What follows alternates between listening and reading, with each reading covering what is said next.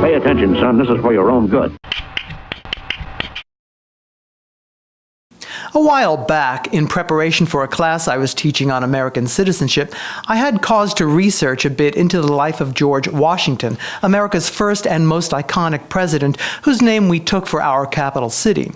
And I learned some interesting facts about him that I bet you didn't know. Check this out. George was the eldest of the 6 children of Mr. Augustine Washington, a small landowner in the Virginia colony. But George's mother, Mary, was Mr. Washington's second wife. He also had a family with his first wife, Jane, most notably eldest son Lawrence Washington, 14 years older than stepbrother George. Their father died when George was 11 and left his 10,000-acre estate to Lawrence. Luckily, George idolized his older half-brother and spent a lot of time with him. Lawrence died when George was 20, and he left the entire estate, by then named Mount Vernon, to George.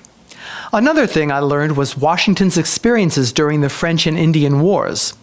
At age 23, serving with the British in battle at what later became the city of Pittsburgh, thousands of soldiers died.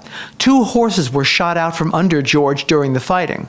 Afterwards, he examined his uniform and found 4 bullet holes through his coat, none of which touched him.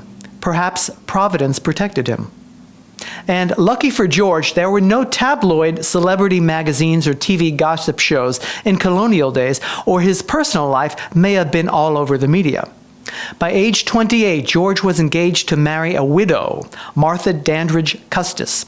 At the same time, though, he was romantically involved with his close friend's wife, Mrs. Sally Fairfax. Historians have found a love letter written to Sally from George confirming the relationship, but that's something not talked of much in the history books.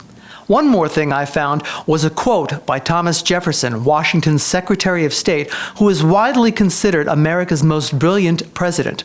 Jefferson actually didn't think much of Washington as an intellectual equal.